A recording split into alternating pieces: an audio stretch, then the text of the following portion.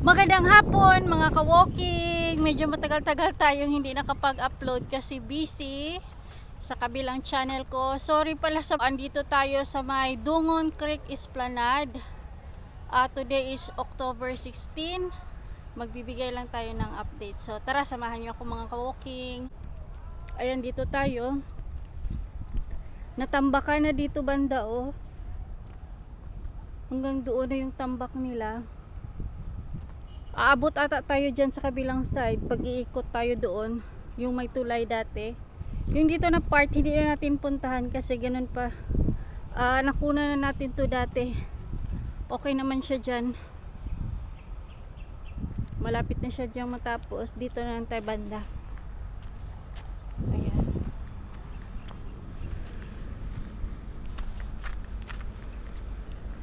Hanggang dito na yung tambak nila, oh. Ayan.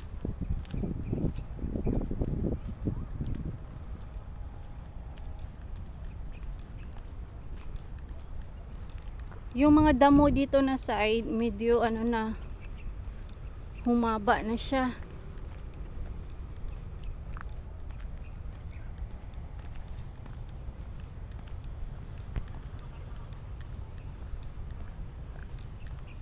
Punta tayo doon sa dulo.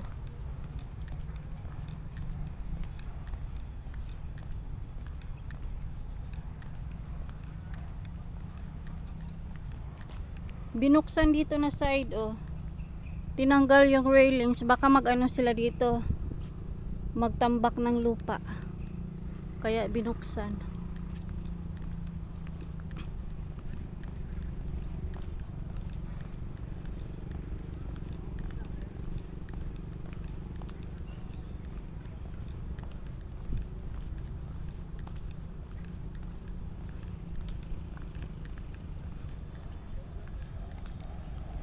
Maraming tubig dito, oh. Yung last time na pumunta tayo dito, ano to eh, tuyong tuyo. Ngayon marami ng tubig. Paano kasi palaging ulan, kaya ganun.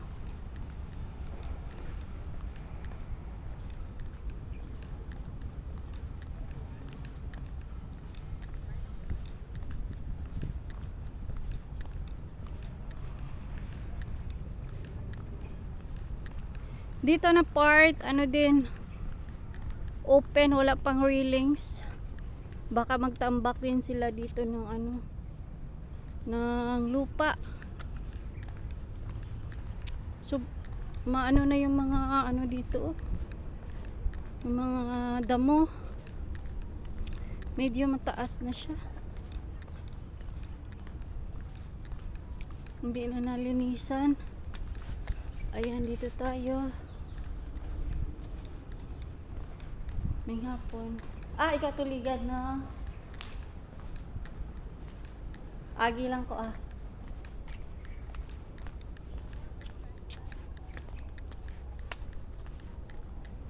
Ayan. Ay, may bago dyan. Ano ba yan?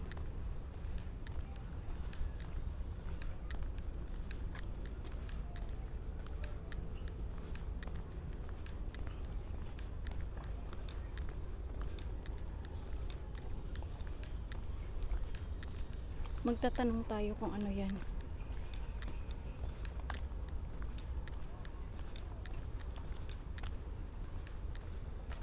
Sinira na yung ano dito, oh. Bahay kubo.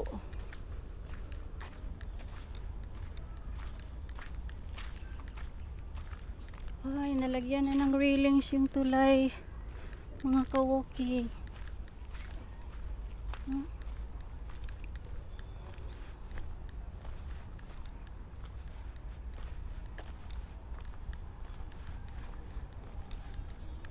Ano yan?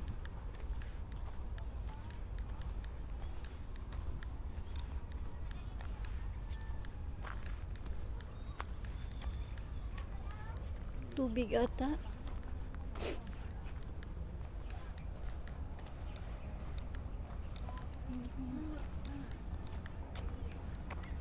Mamaya na tayo magtanong. Ayan, may railings na, oh. Wala pa nga lang ano, Yung katulad yun.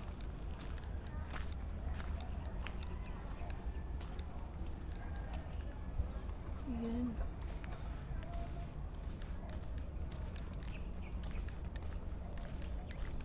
Yung lasa punta natin dito, ano, di pa to tapos yung simentadong ano dito, tulay.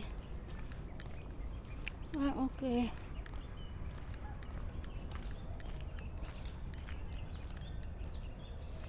Ayan. Parang ganun din naman yung ano doon, oh. Katulad yung dati.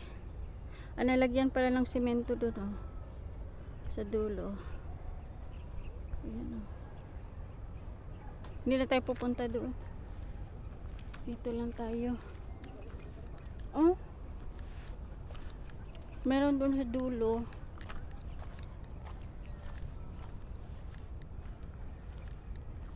Kumunti na yung mga tubig dito. Dati malalim to nung pagpunta natin. Merong ginagawa doon sa dulo. Hindi ko alam kung ano yun.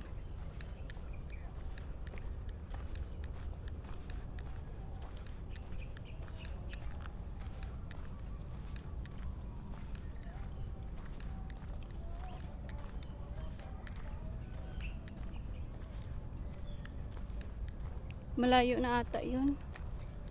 Hindi na ako didiretso doon kasi ano, malayo. Wala tayong kasama. At saka mag ano na, 4:30 ng hapon, parang uulan eh. Baka maabutan tayo ng ulan. At wala akong dalang payong. So far yung ano dito, yung tulay is tapos na yung ano niya, yung tulay na nakita natin dati. Tapos na yung railings na lang kulang. Ayan.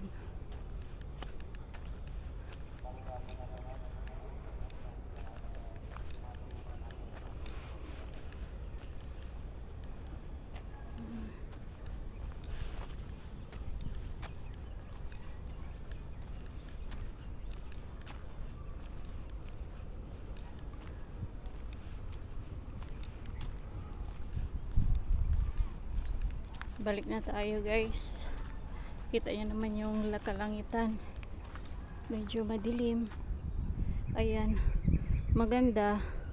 Malinis na yung tubig. Hindi katulad dati, madumi.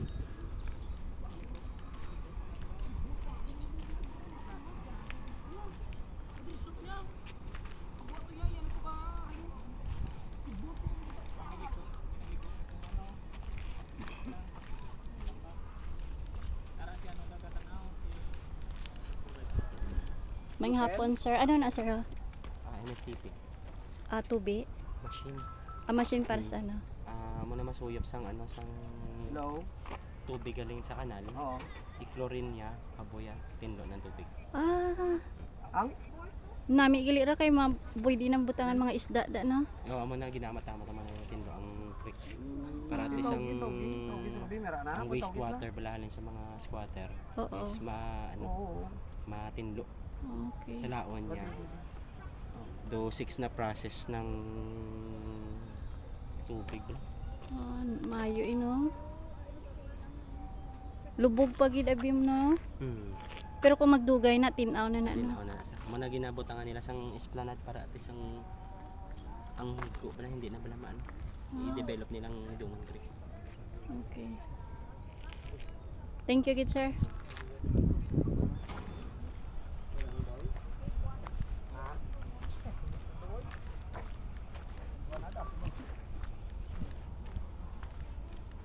Dito na tayo dadaan. Ay, saan ba yung daanan dito?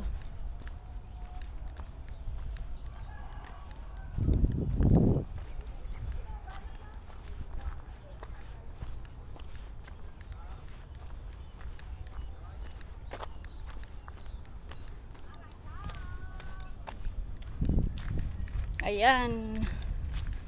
Balang araw yung creek doon.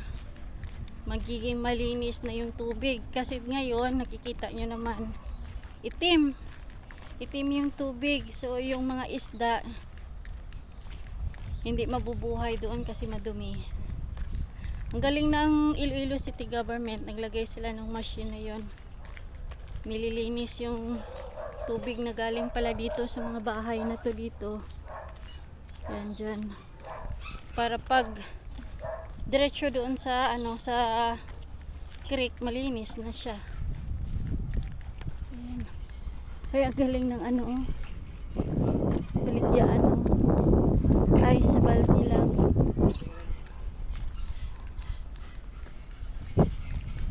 Ayan.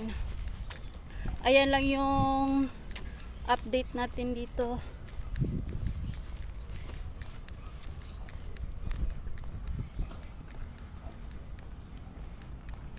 Diretso tayo doon hanggang sa dulo.